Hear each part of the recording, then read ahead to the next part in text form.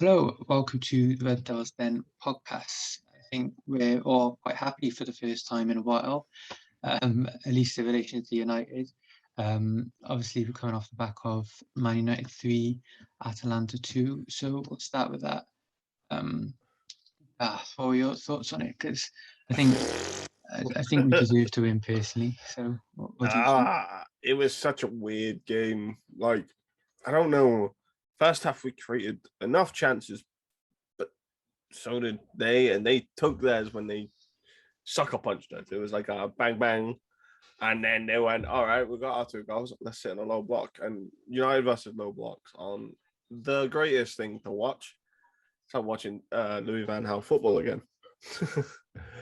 but um, but we created enough to suggest we should have been 3-4 up by halftime. We just didn't score. It was such a weird one. However, Rashford looked really sharp. He looks absolutely on it. And then people crying about him getting injured. He got a dead leg. Like, come on, man.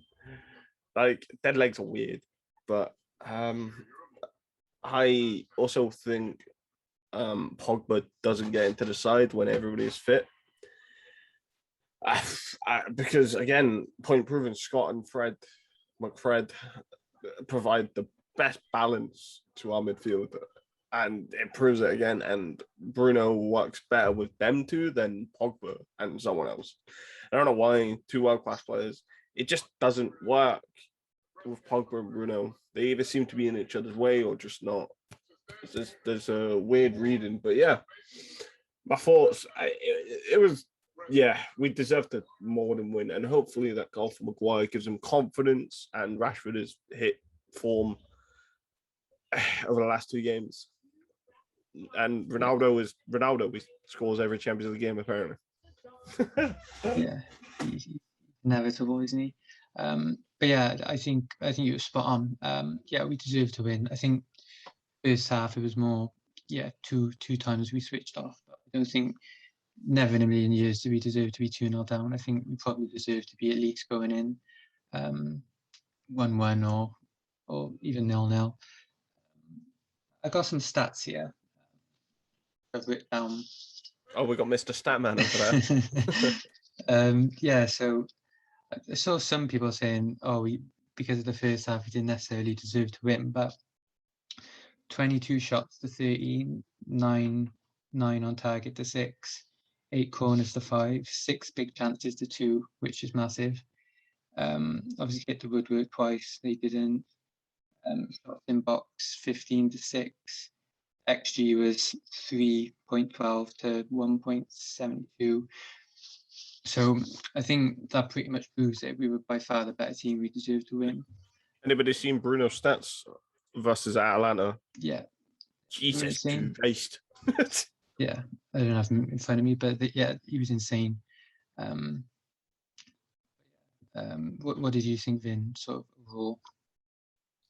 Yeah, it was a Jake and Heidel sort of stuff that game, literally, because the first half we were good going forward, as you said. We created chances. Fred had 2 chances.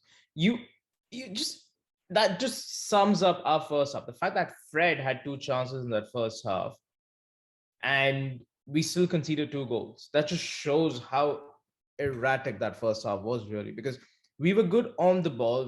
We had intent. We showed that we wanted to attack and we wanted to score goals. We created chances. Rashford had 2 chances. He should have scored 2 goals easily. One went off the crossbar. Fred had 2 chances. It should have been 3-4-0 up in the first half. But defending has been our problem. And it was a problem against Leicester, and it was a problem here as well. And speaking of stats, I have a stat for you. I don't know if you've noticed this. In the 2 games that we've played without Rafael Varane, we've conceded 6 goals. 3 of them have come from set pieces. We missed Varane. Before that, when Varane was playing, we had only conceded 1 goal in set pieces from 7, 8 games. So that just shows you how important Varane is to the side already. And again, because when you bring Lindelof back, it's the same Maguire Lindelof centre back partnership. Wasn't The it in the same second problems half? from last season have just resurfaced. That's exactly what's happened here. Wasn't it in the second half where Lindelof got spanned by Zapata because of his physicality? Davide's double save. Yeah, right. Yeah. And again, that's Lindelof's lack of physicality. He's a again, really good defender in other aspects. Him physical, he's good on the ball. He's good on the ball, but when it comes to like physical duels, he loses to fucking there. Troy Deeney. Exactly. Right? I mean, so again, it's the same problems that we had last season in defense being resurfaced again without Rafael Varane, and it shows his importance already.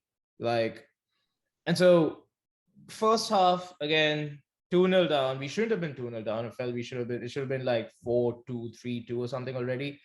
Heading into halftime, second half completely different, right? Completely different. Like we looked balanced, we looked attacking, and we looked, pretty calm all throughout the pitch. And that just shows again, and I've been saying this for a while, why McTominay and Fred are the most stable midfield partnership for us at the moment in this club.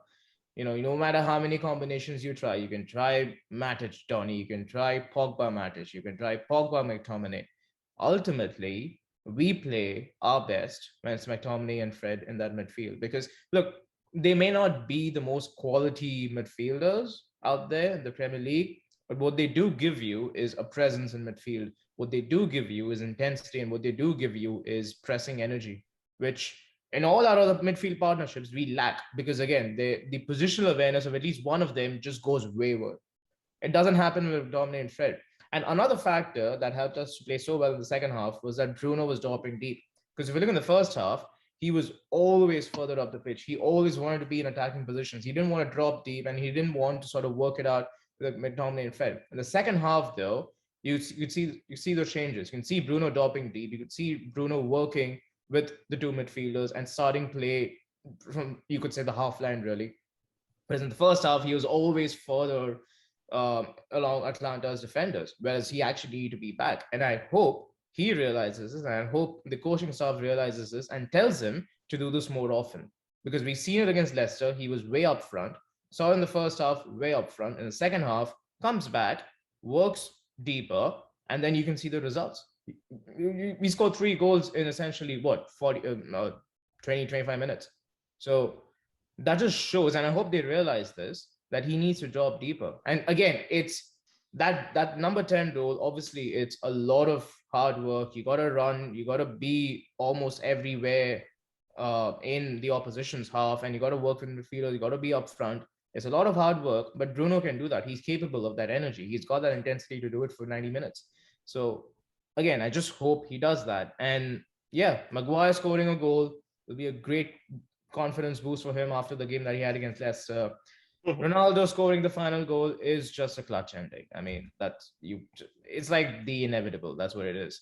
So happy the result. I hope this is the turn. I hope this is the turning point for the upcoming run of games. A lot of people yesterday, after yesterday's game, were talking about, oh, this is like Jose versus Newcastle, where they came back, but then you knew the end was going to come. I kind of disagreed. Like, it did look like at a point where this could be like Jose versus Newcastle, but then saw the reactions after the game. I saw, all these reactions with the players and with the fans and everyone else, and I thought, nah, this is different. The energy is different, the vibe is different, and I just feel it could be, because if you've noticed under Ollie, we've started season slow. Like the first 10, 11, 12 games, it'll be weird, up and down. You'll have some wins, you'll have some defeats, some shock defeats, you'll have some weird draws where we should have capitalized. And then there comes a point in either end of October or November where that one game we start winning, and then from then onwards we just go on this crazy unbeaten run. So I just feel that this game could be one of those points where, okay, we've got the win, we've had a shaky run of results, started shaky, but let's continue, let's keep this unbeaten, let's make an unbeaten run, and let's finish strong. So I just feel that this is, again, a reoccurrence of that trend. Yeah, and I think we will go on to just be a lot better now, and it's not just momentum. Yeah. I think having Rashford back on that left and not Pogba, who always comes central. He likes to come central. He likes to play that 10 and can play a bit of the 8. But having Rashford, who will stay wide, will offer width. And I seen the average positions for this game. And first half, a right wing Greenwood was pretty deep. I don't know if anybody's seen it, but Greenwood was deep and central. It was all over the shop. The moment Sancho came on, he stuck to that right wing like glue, and the average position was so high. I think his average position was higher than Ronaldo's just. And I'm like, start him, please, Ollie. I just want to see that Rashford, Sancho, Ronaldo combo, please. That's all I want. Yeah. But yeah. I think that'll eventually happen. I remember that I was saying this. He started a little slow, but he's getting there. You can see it. You can see it in how he's playing the 1-2s. He's trying to take on players. More and more confident every game. But every time he takes on a player, there is 2 players on him every time. There was a bit where he's in the corner and he went to do a skill round on an Atlanta player, and there was another one about this far behind the, like, this is the Atlanta defender, this is the other defender, and I'm like, man, I can't catch a break. But he set up for it was like a pre-assist, if you're being technical, the pre-assist for Maguire's goal, because he literally laid it off to Bruno and went, there we go. But yeah, Sancho will get there. Yeah, I think Ollie he's just been waiting for like a Rashford to come back, I feel, to sort of start him on the left, Sancho on the right. Because again, without Rashford, you need someone credible on that left side as well. Green can hold up that right side, somehow. He'll just somehow do it, right? But I mean, he does cut inside a lot more often, but then he's done it before, so he kind of knows how to sort of play that position. On the left side, then, without James, I mean, if James is there, you'll play Dan James. But without him, you got to play Sancho with it. I miss Dan James. I miss his pressing. Yeah. We saw Dan James. We lost our away record. A lot of coincidences. Fred as well, to be fair. Yeah, so I just feel that he's been playing on that left-hand side. He's been playing Sancho on the left-hand side just to like compensate for when Rashford comes back. Now that he is, you'll now see a lot more of Sancho on the right side. In before he starts both of them on Sunday. Oh, we'll get to the lineups in a bit. Well, yeah. So, yeah, and I think I hope Pogba doesn't keep playing with Ronaldo like he was against Leicester, for example. I don't think they can play in the same team because, as you say, the thing with Pogba is, against like the big teams and against teams that are going to play aggressive football, you can't play him in that midfield. You can't play him up front.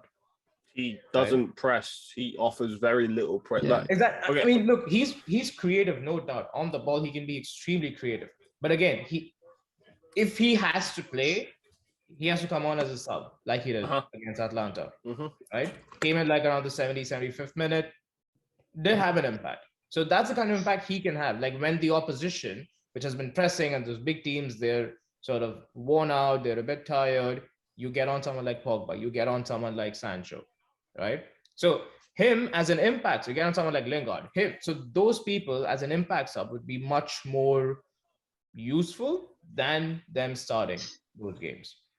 Yeah. But against teams like Watford, against teams like Norwich, against teams like Newcastle, yeah, you can start Pogba in that midfield. You can start him with like Matic, or you can start him with like McTominay. But against the big teams, against those who press, against European sides who press, against big teams like City, Liverpool, he can't start. He has to come off as a sub. Just the legs and the aggression, the winning of the second balls and the first balls. Yeah, you just don't get that with Pogba, and you get it with Fred and McTominay. And it's not even just aggression and work rate. It's McTominay and Fred, they know where to be positionally, and they're not as easy to get past. Yeah, the issue is we and just like another point that I wanted to make out is Ronaldo yesterday. All right. Yeah, yes, he got the winner, right? But even before that, like there's obviously this criticism that Ronaldo can't press, he can't run, he doesn't, he just is out there for himself. But yesterday showed that that wasn't the case. Like he literally ran, he pressed up front when needed to, he ran back when needed to, and that's the first time I saw him doing it so frequently. And that was like his for me that was his best game after the Newcastle game. For me, that was his best game quite clearly. Not just from a goal scoring aspect, but also just overall with his play. The fact that he was everywhere, he pressed along with Fernandez, along with Rashford. He came back along with McTominay, Fred, and Bruno when Atlanta went on the ball. And so again, So can I go back to my point? Sorry. Go on. So Ronaldo and Pogba are two luxury players, as they like to call them, basically, right? And to accommodate you, you really only need one. You can't have two luxury players because then it becomes dysfunctional, right? And Ronaldo's never really going to get rest, minus Everton. And I think I've said this twice now. I don't think not on the pod, and I've spoken about it on Twitter, that I think when everybody's fit, Pogba doesn't start. I just don't see him fitting in anywhere, and I still think he walks out for free next summer. It is what it is. I wouldn't be too fast if that happens, honestly. I was kind of done with him. Was it pre-COVID window? Okay. That summer before COVID hit, he was meant to go, and then COVID hit. Yeah. And I was like, so now he has to stay. But yeah, that was the summer. I was like, all right, he's going. Cool. But it is what it is.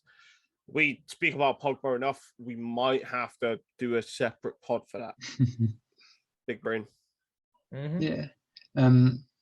So one more thing on two smaller things on the Atalanta game.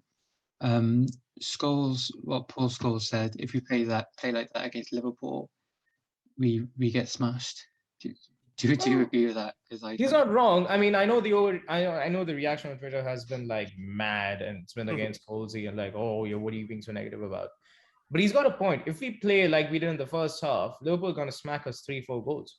Salah's going to score a brace easily in the first half. Well, yeah, so, if Shaw defends like he's been defending, like, was it for is it second or third? First. Yeah, they beat us 3. Yeah, they scored 3. Yeah. No. Lindelof had to go out because Shaw ended up behind Lindelof, and I'm like, you're the left back. You should swap with Lindelof. And I don't know. I think there might be a hangover from Euros for some of the England players. Some of the Italian players haven't looked on it. Yeah. Maybe they're just exhausted, right?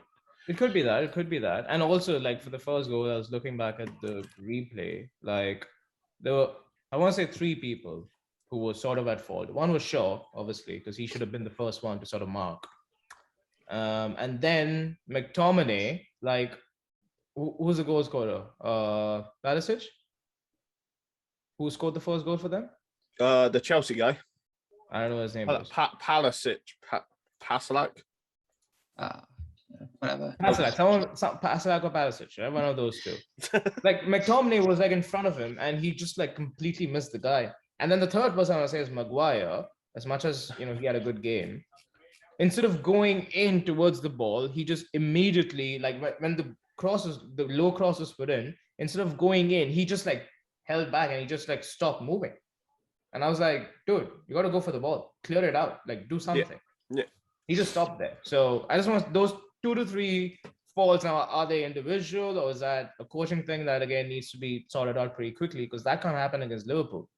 Because Trent is going to put those crosses, Salah, Mane, they're going to be at it. So if against City, can't happen against City either. Okay, I'll say this now before I get hounded on Twitter for. All right, I'll say on the pod. I'll take a draw against Liverpool on Sunday. like the form they're in, they look absolutely scintillating, and I'm like, fuck. Yeah, but then, yeah, we get to a Liverpool sort of review later, and we'll discuss a lot more about that. But yeah, that's just one point I want to make after that. Yeah. So yeah, just lastly and quickly, who's your man of the match? Do you want to go first, Vin? It's difficult, Fred. isn't it? That's a good Fred. shout out. That's a good Fred shout out. Yeah, he went was really good. under the radar. Yeah. But he did a lot Shout of out. dirty work. Did a lot of Yep.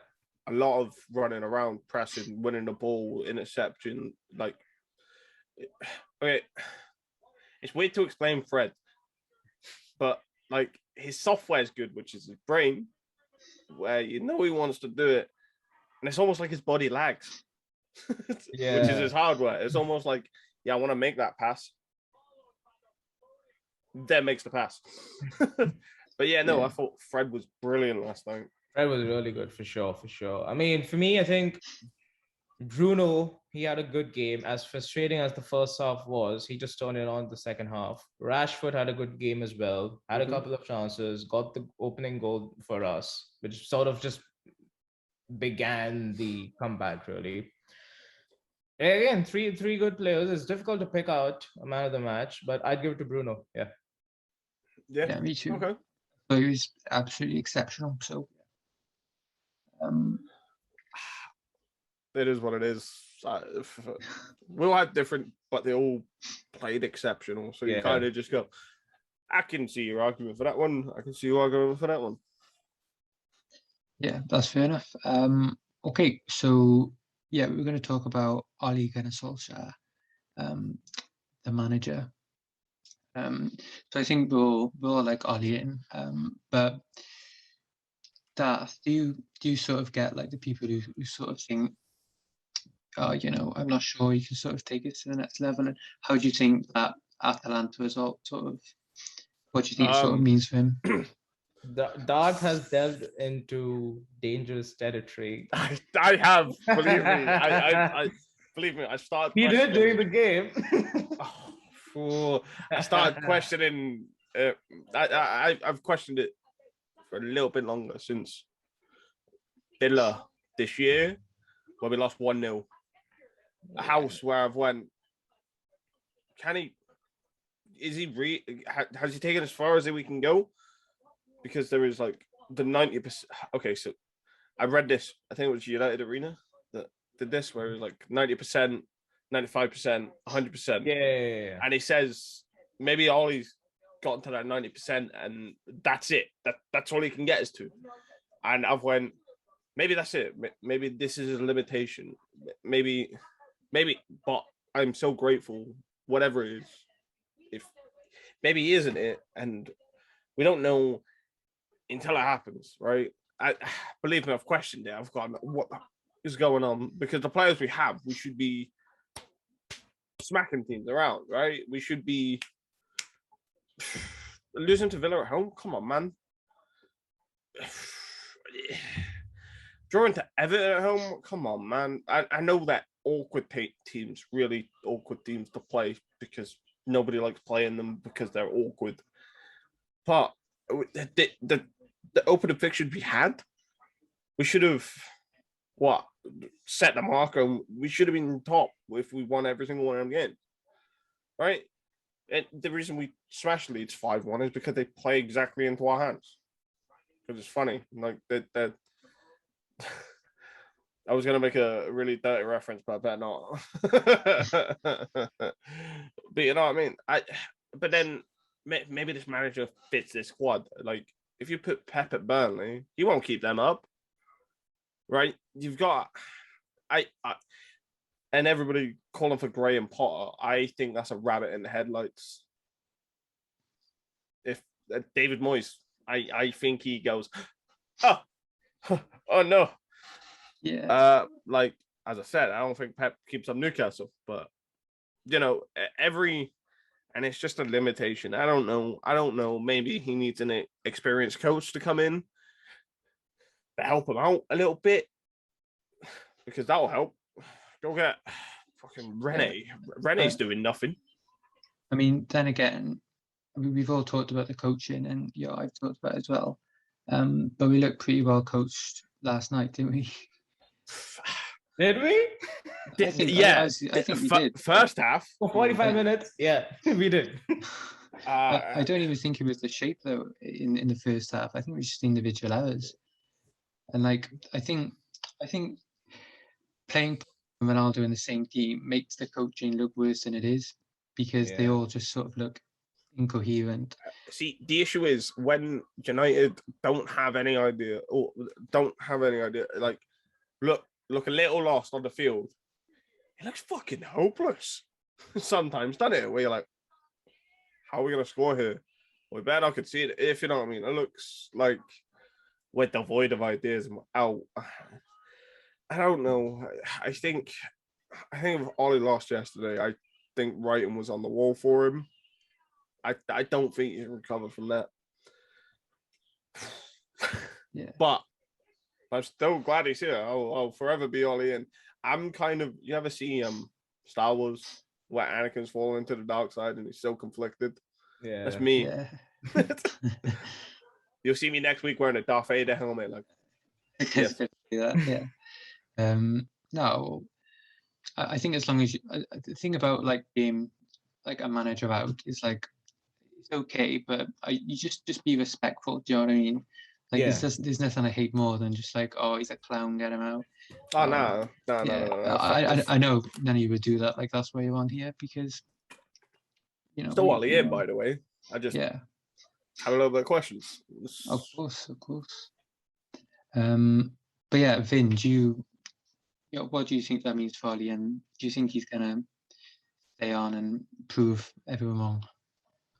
Yeah, you know me. I've been manager in ever since, and it's not just the case with Ollie. It's been the case with every manager who's been after Sir Alex Ferguson. I've always been manager until the last day. I was in with Jose even when we won against Newcastle, even though internally I had some conflicts regarding the toxicity and the behavior and all that. And I thought, okay, maybe he can just like prolong that a bit, maybe turn things around. Eventually didn't. And yeah, with Ollie, I don't know, it's a different connection compared to the previous managers. Is it because he used to play for us? Is it because he has a great amount of history with us, and the kind of work that he has done, and the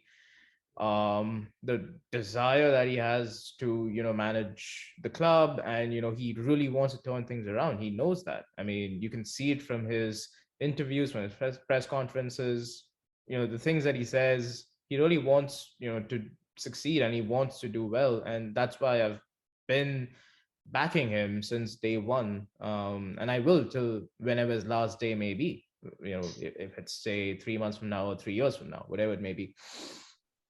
And like I said previously, the reason why I haven't jumped the gun, or why I haven't really overreacted, is because under Ollie, it kind of reminds me of a few seasons under Sir Alex Ferguson, where we started season slow, but then we turned it around and then we finished quite strongly in the second half. So that's the reason why I haven't. If you look at Ollie's first season, we had a weird run of fixtures. We drew to the likes of Southampton. We drew to the likes of Palace. We lost to Burnley, lost to West Ham. Then we had a good run of games in between where we defeated Tottenham, Mourinho's first game back at Old Trafford. We drew to Liverpool, first team to take points off Liverpool, who were winning literally every game till then. Defeated City away from home. And then after that, come January, Bruno comes in and we go on this unbeaten run, and then we finish third, right? If you look at the last season under Ollie, horrendous start, right? Battered by Spurs, lost to Palace opening day, lost to Arsenal at home, drew with Chelsea, drew with City, and then all of a sudden got knocked out of the Champions League group stage, by the way. And then after that, all of a sudden, turned things around, and then we finished second. We got to the Europa League final. So that's the reason why I haven't jumped the gun just yet, because I know the first 10, 11 games, they're going to be edgy. They're going to have mixed results. They're going to have some wins, some shock draws, some shock losses maybe. And we've had that. Young Boys was a loss. Villa was a shock loss. Leicester was a bit of a shock given the way we played. Draw against Everton was surprising as well. Draw against Southampton was surprising. So we've had those up and down results. And I hope this game, this result with Atlanta, and given the run of fixtures we have, I just have a feeling that we might go on this run where we either win or draw. We don't lose, basically. We come out of it in a pretty decent position. And then second half of the season, we finish strong. So like I said, I'm just gonna give Ollie till the end. I'm gonna give Ollie the end of season, and then let's see where we're at with the squad. And Dart said that with the players we have, we should be battering teams week in week out. But the problem is, you need to strike the right balance with the team. And some of the players in our team, they don't really sort of contribute to that balance. Like Pogba, I mean, how are you trying to fit in Pogba, Bruno, Ronaldo, Rashford, Sancho, Greenwood all in one team? It's practically impossible. You can't do that. You would literally have to sacrifice your defense, play with a back 3-3-0-7. That's what it has to be, really, to fit all of them in. And so it's about striking the right balance, which is why the likes of McTominay and Fred have to come into play, because they give you that balance. They're not quality, but they're doing the job. And at this point, that's what really matters. As long as they're doing the job, they give you the balance, they let you play the way you want to play, and you get the results. That's what matters. You can deal with shoehorning quality luxury players later. And even if you don't, it's not a big deal. Like if you don't shoehorn Pogba into the team, fine, big deal. It's not a big loss. Okay, we've dealt without Pogba before. We'll deal with him again.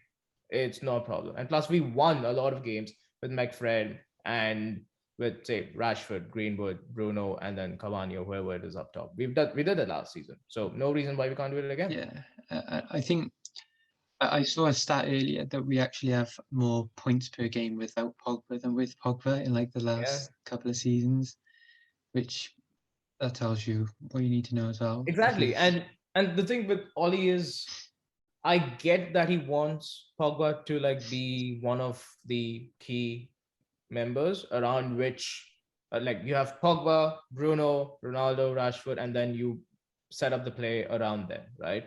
He wants to do that. I get it. He sort of sacrificed his own job on the line by placing faith in Pogba. And it just seems that it probably isn't going to work out eventually. And it's a gamble, really. It's a 50-50 gamble. If it pays off, fantastic. If it doesn't, then your job's on the line. So again, it's you got to take risks when you're the manager, right?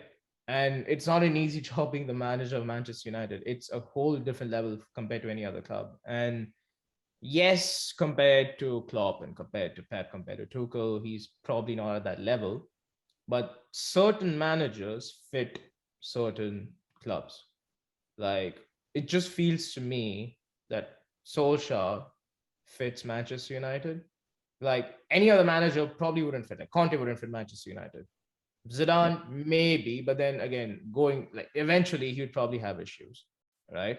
There are very few managers who fit the size and the profile of a club, right? So I just feel that Solskjaer is probably a fit for Manchester United. He may not be the case for any of the other sort of top 6 clubs or top 5 clubs in Europe, but it just is for Manchester United for some reason. Is that due to his history, due to his connections, whatever it may be? And I really want him to succeed. And like any manager of our club, I'll back him till the end, whenever that is. Yeah, no doubt he understands what it means to be Man United manager, or what you need to be Man United manager more than Van Gaal or Moyes or certainly Mourinho. Exactly, but he does need to change a couple of things. I think he needs to bring in an experienced coach, because as talented as Carrick and McKenna are, they're not experienced in handling a title challenge or coaching a title challenging squad or coaching a title winning squad, really. And that's where someone like Rene could come in. In fact, I'm gonna change my stance on Rene. Bring in someone that's worked with newer systems.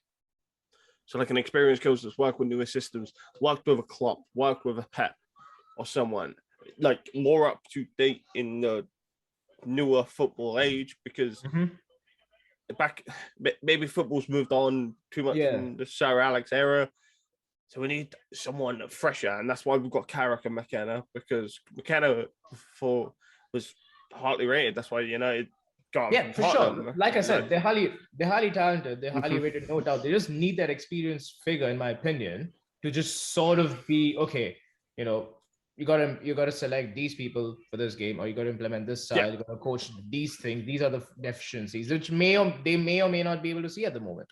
So that's what I'm saying. Like for fresh ideas, sure, you have Carrick, you have McKenna. They've recently got the licenses. They've learned the sort of modern way of football. But again, you need that experience head sometimes to navigate their way through roughy patches like these. That's my whole point. Yeah, experienced modern day coach. I don't know if there's any out there. That probably is. I'm not gonna go digging because that takes way too much effort. There's bound to be tens. Like Vene was obviously like what? Do you even know what he's doing now? No idea. Australia or something. Yeah, exactly. So I'm sure there's, I'm not, he's obviously a good coach, but there's probably more talented coaches that are current and working at one of the best clubs in the world. So it's not just him. There's plenty of people you can go for. Sure, there's plenty out there. Yeah. Wait. What's Klopp's assistant doing? What do you mean? The one he sacked, or the one that left? What's is it? No idea. Oh wait, is that him now? Was he the assistant that left? Yeah, what? Sorry, I'm on Google. Yeah, it's Zetio Buvac. He was his assistant. Now he's a sporting director at Dynamo Moscow. Go get him. Yeah, he's experienced enough. Yeah, he is. When did he leave Liverpool? A couple of years back. Oh wow. Okay. Yeah, 2018. So he in modern football, right? And yeah, exactly. Big brain, big fucking brain. Huge brain. Yeah. Okay. We're going to move on to the next topic. So, okay, moving on. Obviously, we've got biggest game in English football in terms of the size of it coming up on Sunday. So we'll talk about that. Maybe touch on Leicester as well because we never got a chance to speak about it, did we? But yeah, in terms of Liverpool, Darth, are you confident going into it? Depends on what team shows up. It really does. All right. To have me confident on the game, I need Scott McTominay to crunch someone in the first minute. Like, get the ball, but just go wapa, like into Salah or Summit. Just take him out. Get a ball, but send him flying. That'll get the crowd going, won't it? One of them where you just, come on, get into them straight away. Into them straight away. And I know how you beat Liverpool. So they tend to bypass their midfield a lot. I documented it on Tuesday when they're playing Atletico. They bypass the midfield a lot and use their wing backs. They usually set up as a 2 center backs and allow Henderson, Fabinho, Keita, Thiago, whichever one you want, Oxlade, to do a lot of the running for the wing backs to cover them because they are so pushed high up. It's like a weird 3-2-3-2 in like a weird system they set up, if that makes sense. It's really unique because like the midfield are just like workhorses apart from like maybe Thiago, and it's like never seen it before really, to be honest. So because the way to get into them is you push high on their fullbacks, in which they have to, or don't give their fullback space, and which means so they can't get space, and then they'll have to use that midfield, and that midfield isn't good at passing, isn't good at creating chances because they bypass it a lot. And then counter Liverpool looks done for, by the way. Throw Rashford against Trent and Van Dijk, and fucking Griezmann sent Van Dijk shot, and Van Dijk might be injured. Because who is it? Paul Joyce came out and said he felt some discomfort in his knee earlier, and I was like, "Oh, man's bottling the derby." I mean, equally, Rashford could maybe be out as well. So No. Rashford will be fit. This is just mind games. Don't you worry. Okay. Hope so. But I think he's going to be massive. I mean, you mentioned like, did you mention we can get in behind them because they play like a really high line and there's so many teams who've exploited that. You throw a Sancho and Rashford on the wings because Robinson also, he's not as high as Trent, but he's still pretty high up. And yeah. You can especially you can get in behind, yeah. especially between that centre back and right back spot. That just so open. Like defensively, Trent was shocking against Atletico Madrid again. Thomas Lamar had a field day against him, and it was pretty funny. I thought Atletico Madrid were robbed of the penalty that the ref called for, and I'm like, you gave that one. You gave Liverpool one, the Hermosa one, one, but not that one, which is similar. I'll get wound up. Yeah, pretty much. Fucking refs. I think we got a good chance. Honestly, I think this is gonna be. I mean, Atalanta was the start, the turning point. And now we're gonna at least get a point. I think.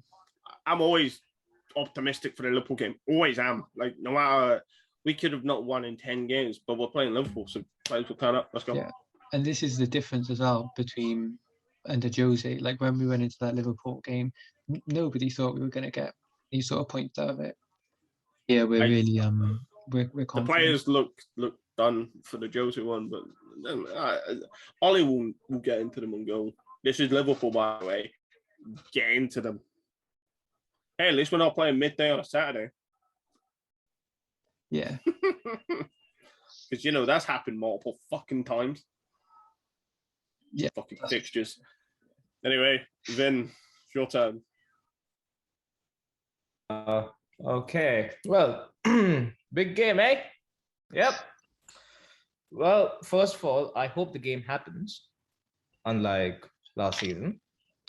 I mean, the reasons, whatever happened back then, fine, you could say justified or not, whatever. But I do hope the game goes through because I've seen a bit of chat on Twitter saying, let's come out and protest and let's try to disrupt the game again at Old Trafford. So I don't think the numbers will be near as what they were. Again, because it's going to be in the stands, people are going to flock to the stadium, so it probably isn't going to happen. But anyways, am I confident? You know what? I'm fairly confident for some reason. Is it because of the Atalanta game, or is it because of the occasion itself? It could be both, I think. And I just hope we don't do what we did against Leicester, which, by the way, we haven't spoken about at all. So I'll just speak a bit about that. That performance, like we started well against Leicester, and then I don't know what happened. Like after 20, 25 minutes, when you got the first goal, after that, it just capitulated. Our defense just faltered. Leicester cutting through our midfield every single time. Maguire having a shocker of a game. And I'm glad he turned it around against Atlanta to an extent. And I hope he continues that going into this game against Liverpool.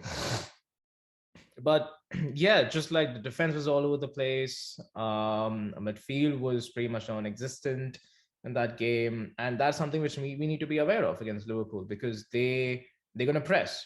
They're going to be aggressive. Their midfield you're going to have to watch out for Henderson. You're going to watch out for Fabinho. You're going to watch out for Thiago, who I think plays in the midfield now. I don't know who their midfield three is really at this point.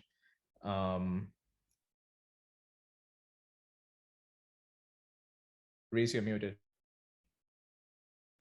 Yeah, is Thiago injured? Because let's keep that in. That's got to be a Is it Henderson, Fabinho, and Keita? Keita. Yeah. Keita, right? As a midfield three, right. Because he played against Atletico, I remember. They scored. Yeah. So again, those three, they're going to be. We're going to set up really well. And again, this is one of those cases where Bruno has to drop deep because if he doesn't, McTominay and Fred, it's going to be 2 versus 3 essentially because McTominay and Fred versus going to be those three. So Bruno has to drop deep and play as a supporting role and start our attack from deep. That's what's going to have to happen. But yeah, I mean, Salah looks in brilliant form, so we're gonna have to counter that. Shaw has to be at his absolute best. He hasn't had those kind of games so far, but I hope this is one of them. Maguire and Lindelof. Well, thankfully, Liverpool doesn't have like tall strikers, so that's something we shouldn't worry about aerially. But even otherwise, I think Lindelof has to be careful. Lindelof, Maguire, both of them. In fact, I would have to be careful. Their positioning, everything has to be spot on. And yeah, put Rashford against Trent. Put Rashford against Trent and just smoke him. Put Sancho against Robertson and just smoke him. Yeah, That's what we need to do on the wings, really. And then put Ronaldo against Van Dijk. He's going to get done for sure. Believe me. yeah. And I think the way Liverpool play with obviously the fullbacks and the sort of inside forwards, Yeah. the tracking back of Sancho and Rashford is going to be massive as well. So I hope that It'll be interesting to we see do it. how Oli sets up for this game. It's at home. Does he go for the back three? Does he go with the standard 4-2-3-1? It'll be interesting to see, nevertheless. But yeah, I mean, I'll come to my formation obviously a bit later, but it's gonna be fun for sure. And I'm actually going to a fan park on Sunday around here. Like we have like this open stadium over here where it's the Premier League is hosting like an official fan park through NBC Sports, which is like the official broadcaster of Premier League over here in the US. So they're organizing a fan park. So you're gonna have like live. It's Remember, going to be 2 like a meters live on all that. show. There's going to be like live screening of the games, and yeah, I'm probably gonna go for that in the morning. So don't let me down, boys. Don't let me down. Vin's gonna be drunk. I don't know. I'm just going there for the free merch and just to like, Free match. yeah. Apparently they're giving out free club merch over there. Oh really? Yeah. I'm in the wrong area. I'm flying over to America. I'm staying with you. It's a US only thing, Dot. So No, yeah. no. I'll get all the ladies though because they love that British accent. So winner. I mean, yeah, that's true. But again, let's see how that. So that's gonna be fun. So I just hope United turn up so I can just like show the finger up all those Liverpool fans who are going to be attending that day. This is Vin. I swear. Let's hope, man, because again, we need this result. I think we're about 5 points off the top now. 4. Is it 4? No, because we were 2 before Leicester, 2 off before the Leicester game, and now we've gone 5 behind. So why did I type in Prem table and the Scottish Premier League table comes up? So yeah, we need to sort of beat Liverpool, then beat City. We got to keep it up if we have to be anywhere near the top teams. Oh, we're already 4 off Liverpool is second, but 5 off top. Okay. Yeah. So that's what I mean. So like, that's not so bad. You win against Liverpool. I mean, you win against Liverpool. It's not bad, but you have to win nevertheless, right?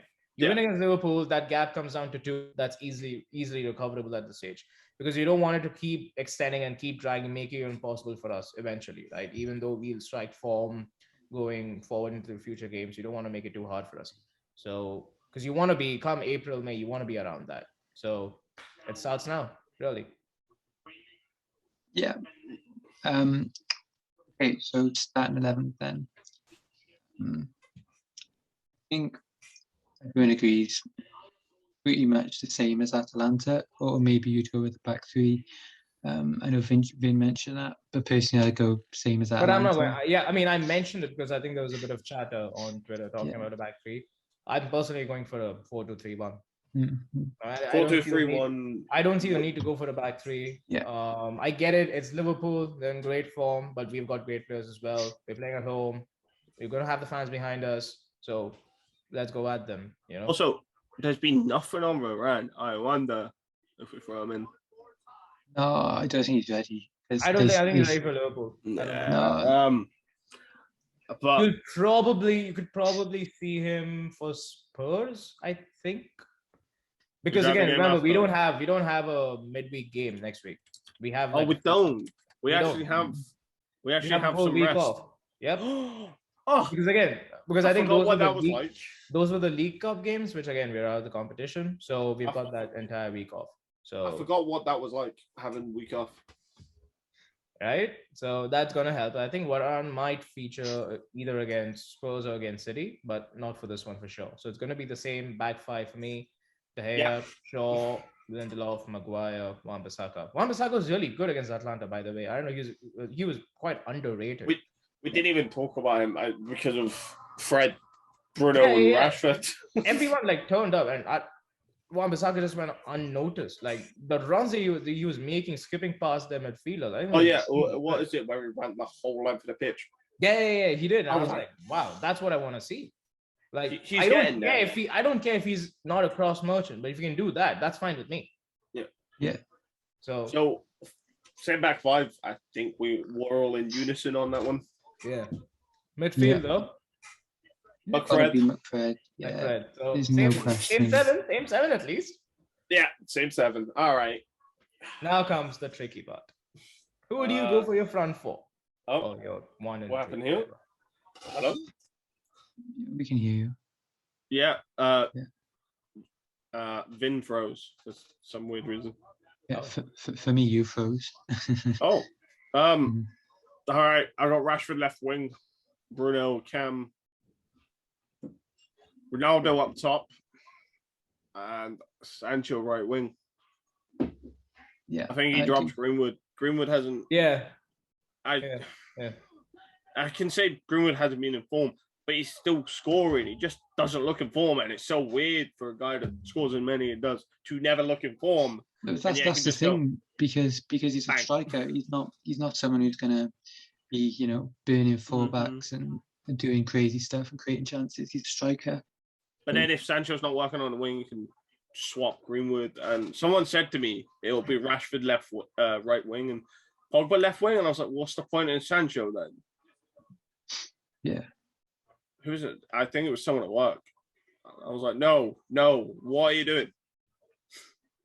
Yeah. So I go with Rashford, Sancho, Bruno. But I think there's a case for Cavani, because obviously with how Liverpool are, there's so much energy. I know Ronaldo put a lot of work in against Atalanta, but Cavani still gives you that extra work rate, and he's fit at the moment as well, because he's had a lot more rest. So, but then look what happened last time we rested Ronaldo. We played well in the first half, to be fair, against Everton. Ole got fucking panned for it. Yeah. But then he has that, again, chronic knee issue. Maybe that's playing up a little bit. But it's Ronaldo. He will have looked after himself. He knows what with that injury. Yeah. So like for me as well, I agree with like with the two of you on most of the positions. Like Rashford left wing has to be on the left wing, nowhere else on the pitch. Either on the bench or on the left wing, nothing else.